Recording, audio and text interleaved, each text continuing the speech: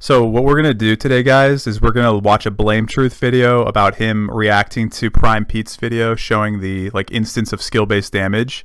So first and foremost, go check out the video on Prime Pete's channel and on Blame Truth's channel as well. I'm just gonna be watching it from Blame Truth's perspective, so we can all kind of take a look at it together. I think it's just easier to do it this way. So yeah, let's just get right into it.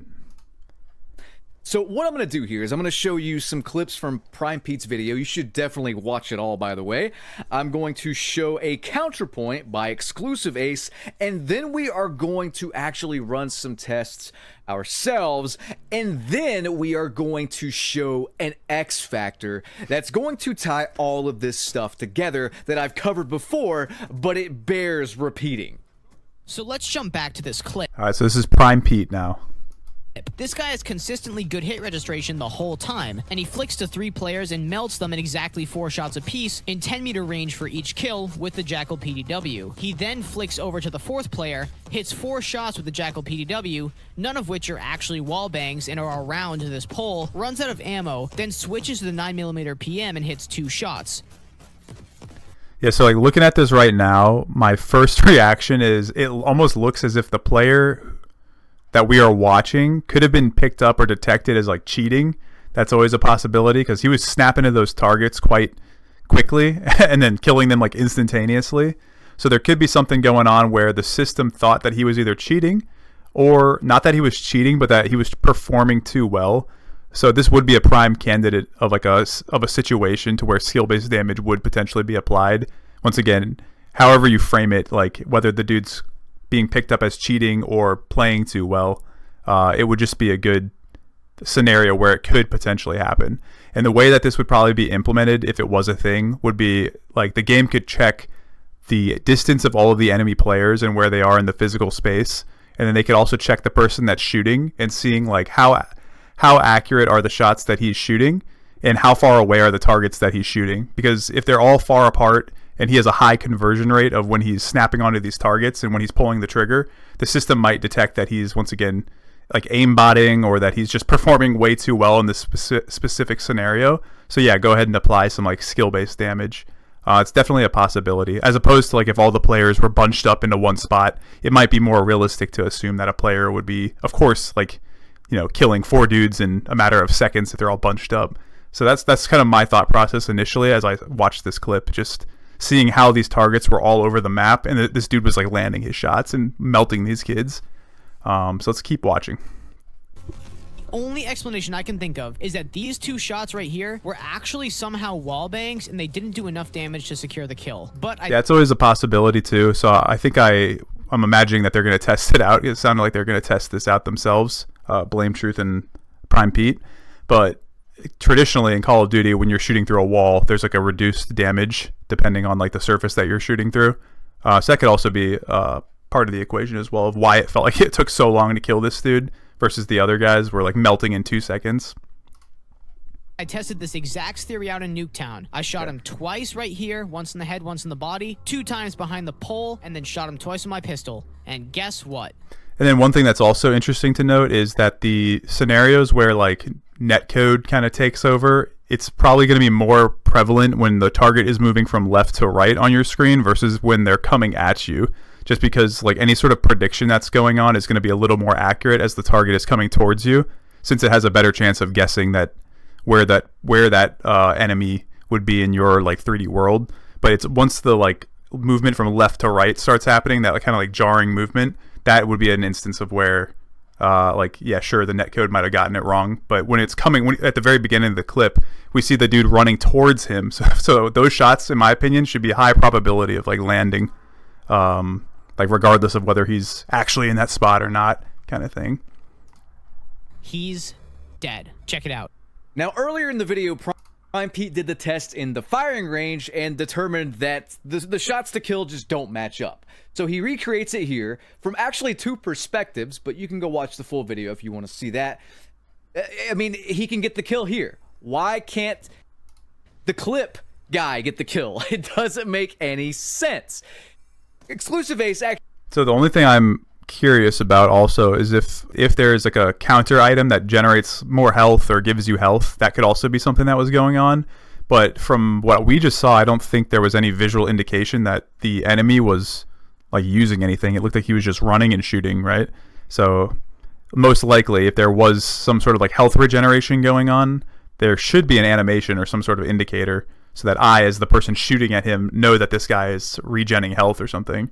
If that's a feature or not, but that would be also a sign of something they probably need to implement if they don't have that implemented. Actually chimed in and gave somewhat of an explanation. Now, here's the thing.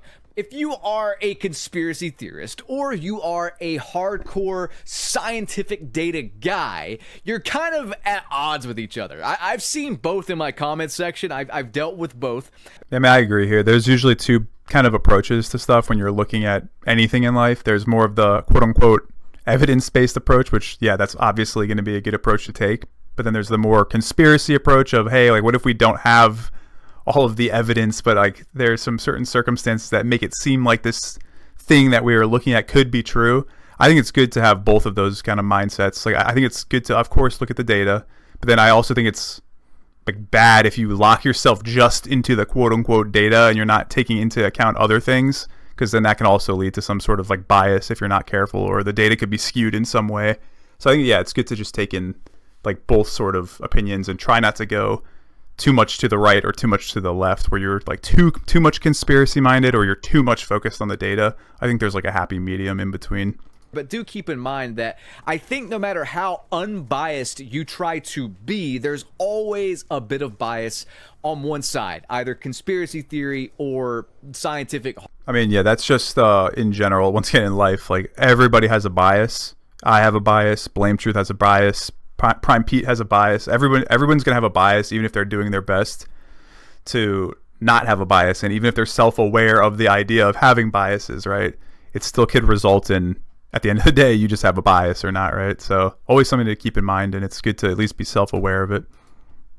Hardcore data. I'll be honest with you, I'm a little bit more biased towards conspiracy theory. I am a centrist. I lean to the right, lean to the left. And then one more point is, like, just because someone says that they have the science or the data, right, that does not mean that they are actually speaking things that are factual. A lot of times people will use the words science and data and facts like anecdotally themselves, to where they're trying to hold this high ground position, and they're almost like appealing to authority in a sense, which is a logical fallacy, where they're using quote unquote science and facts as some sort of gold standard that is absolutely true no matter what. But it's just an appeal to authority at the end of the day, because once again, just because you say something is facts or the data is there, that doesn't actually mean that what you're saying is factual, if that makes sense. So it's just something to be careful of. But, like, I will side with the conspiracy if it makes a lot of sense, especially if the perpetrator in question is Activision Blizzard. Because logically speaking, I think, again, it is more possible that they are fucking with something on the back end than not, because they've done it so many times before. I mean, yeah, that's always a good strategy, is looking to the past and then seeing what you can kind of gather going into the future. Like, if they have a history of avoiding things, manipulating things, and then not talking about it, and then it comes out to be later on like true, that's something you should take into account. And once again, it doesn't necessarily mean it proves one thing one way or another right now in the moment, like for skill-based damage, let's say, but it is like one more factor that you can use as an indicator while looking to the future. It's on purpose. I don't think that's a stretch. I don't think that's a conspiracy, and I don't think that is a reach. Agree or disagree in the comments. Anyway. And then once again, another thing is like using ad hominem attacks, which is another logical fallacy of when you label somebody as a conspiracy theorist, let's say, so therefore nothing they say can be true because they are a conspiracy theorist. That's just like an ad hominem attack where you're trying to attack someone's character or quality or give them some sort of label in an attempt to nullify their opinions. Like, whatever the opinion is or the topic at hand might or might not be true, regardless on if it's coming from an absolute crazy person or like the most elite, smart, I don't know, doctor or lawyer or something like that, right? So you always have to just look at the thing at the topic at hand, which in this case is skill-based damage, and be very careful and try to decouple that from the messenger. So let's see what Ace has to say. Looks much more like an anecdote that could be showing skill-based damage, or it could be showing something else that's far more likely, like the enemy had the effects of Warcry active. That's a good point. Which, with Gearhead, when it was working properly, would have been earned and likely activated right as that clip was happening and on Nuketown. Would have easily applied to every enemy if just one of them used it due to its range. This is just one potential explanation that actually seems to line up perfectly with the timing of the clip, as well as the short delay when swapping to the pistol, giving more than enough time for Warcry to heal him. A look into theater mode from the enemy's perspective could help clear this up, since unfortunately there's no unique hit marker when shooting someone with Warcry effects active on them. This is a great example showing that anecdotes aren't good enough to be used as definitive proof, and why proper testing methods and considering potential alternatives is important before claiming you have proof of something. To be clear again, it's possible that this clip is showing skill-based damage, but there are alternate explanations that I consider to be far more likely, so I don't I mean, yeah, I think that I can agree with this dude of saying maybe be careful labeling stuff as proof, sure. And it's better to maybe first say, hey, here's a possible instance, and then let's look at all the factors. Because if you come out and say, here is proof, that is automatically implying that the thing is, like, for sure happening. I don't know. So I get what he's trying to say here. But I think when people do come out saying they have quote-unquote proof, they do genuinely believe they have proof. Like, Prime Pete genuinely believes he has proof, 100%. I will say I don't think Prime Pete is, like, so close-minded to the idea that it could be something else. As you can even see in his video, he's going through scenarios to try to, like, see, like, could it have been maybe some wall penetration that was reducing damage? Could it have been range? You know, there could have been a number of factors. So I think it could just be a matter of semantics when talking about that stuff. Clip, as well as the short delay when swapping to the pistol, gives more than enough time for Warcry to heal him. Okay, I mean, yeah, I don't know. Like, it could be true, but I will say one thing is that Prime Pete did, when testing this, go through, and he even delayed his pistol timer, like when he was pulling out and shooting. So we know at least that it wasn't enough time for natural health regeneration to have saved the dude. But there could be a potential, sure, where Warcry could have been active, assuming that there's not even an animation. So I think the best thing would be if we could somehow contact that player in the clip that was, you know, the one getting shot at. And yeah, if you could see what he was seeing from his theater mode perspective, of if he was applying any sort of healing, or if anybody around him was applying any sort of like AoE healing, then okay, that would be a factor. But I mean, alas, if we don't have that information, we can't use it one way or another. Pete does cover this in the video, and in the video he even says, I tested it and there was not enough time for Warcry to activate. So let's consult a third party here, myself, with the aid of Exclusive Ace's video to prove my point. Normally, without this field upgrade active, your base healing delay, so the time it takes before you even start healing after you take damage, this is 3.5 seconds. Whereas with Warcry, this is now just 1.5 seconds. So very big improvement there.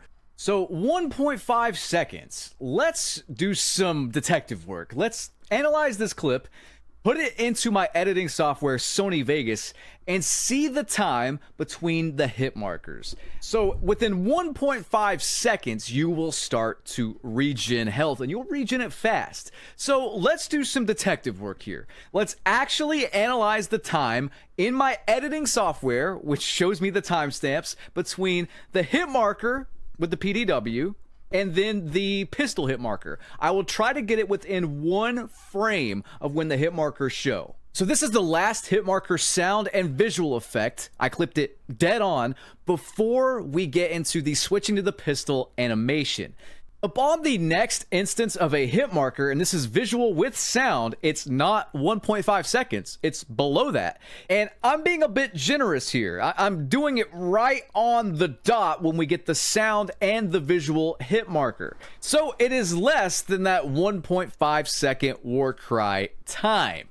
And here's the issue I have with this, okay? It could still be Warcry. And with the desync, maybe something's going on there, but the Warcry thing, it doesn't match up based on the science, the math here. It's not accurate. If Warcry can be that inaccurate, I have to ask, why is it in the fucking game in the first place? Why didn't the devs think to, I don't know, make you aware when you're shooting someone with Warcry?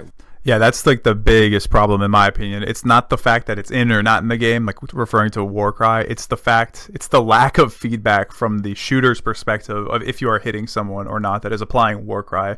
Like whether it be by a visual indicator, like a hit marker type, like maybe a blue hit marker or something, or a green hit marker, or a dedicated symbol for when somebody has a war cry, or some sort of like audio and visual effect the player is doing.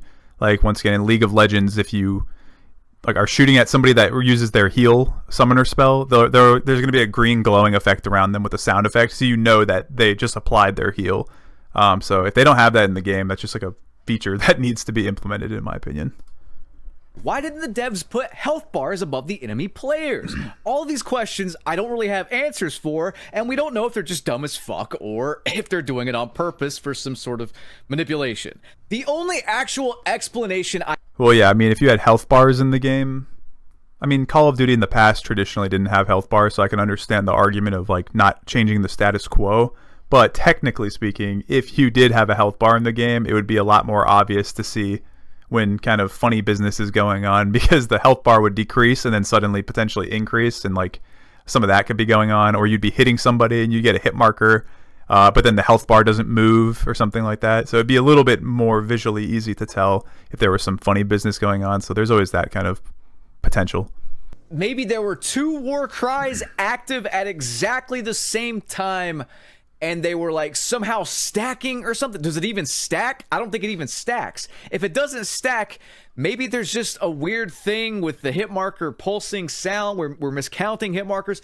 I don't know, but this game is just not. Well, one of the things I thought I saw, but I could just be wrong, I thought I saw 3 hit markers on the pistol shots, but it could have been, I mean, it was definitely 2, but the last second right before the dude died, I thought I saw a 3rd hit marker, but it could have been that he was getting hit and there was some flinch or something and it kicked his gun up and it made it seem like there was a 3rd hit marker. So that's another thing I was kind of curious about. Not clear. It's not clear. It's not transparent on how much damage you're dealing. Everything just seems, I don't know, intentionally vague. Does it not? Can we all agree there that it needs to be more descriptive with what's going on? In X Defiant, for example, you can actually go into the settings and change the settings to show exactly how much damage you are doing per bullet. Why that's not in Call of Duty, I just don't fucking know. But the saddest part about all of this... Yeah, and then in terms of implementing that, right, it would just be a UI kind of thing, because you would already have all of the data present. And yeah, it's going to take some work, obviously, to even implement that kind of feature. But you have all of the data and the mechanics of the shooting working properly. So it's just a matter of, like, creating the user interface, so to speak. Or not even an interface, but the user... like the health, it would be a matter of creating the health bar with the numbers popping up and then coloring them differently depending on if it's like true damage being applied or if it's like damage reduced because of wall penetration or because of war cry or whatever it may be. So there'd be some like design choices there in terms of the aesthetics, but it's just a matter of plugging in the data that you already have, which is, you know, bullet damage and all of the nerfs and buffs to the damage that get applied throughout the game, or damage modifiers. Is all of this could be explained away if the devs just simply made a tweet. It would take them less than a minute to write out a tweet and clear all of this up. The lack of communication here is so fucking embarrassing. It is just embarrassing. It is insulting. Write out a tweet and say... So I would just say my 2 cents on this is that the devs probably literally cannot speak, or only certain devs can speak, probably due to NDAs and what they are and are not allowed to discuss. Because I believe that they would probably have a dedicated developer or set of developers or people that are not even developers, being the guys and the gals that are conveying information to the public. So I would say there should be a decoupling of devs versus people who are not developers, if that makes sense, because the devs are usually just the guys who are making the game. They are implementing what they are told. So most of the time, it's not going to be the devs that you want to be mad at. It's going to be like the product feature side or like the PR team or whatever. Or somebody that has like a title of dev that has been given permission to speak. But the point still stands, like, well, can the PR team then just say something about this? Because it's a huge thing in the community that's been constantly being talked about. So the point still stands that Blame Truth is making here. I'm just saying that it's probably not the devs specifically.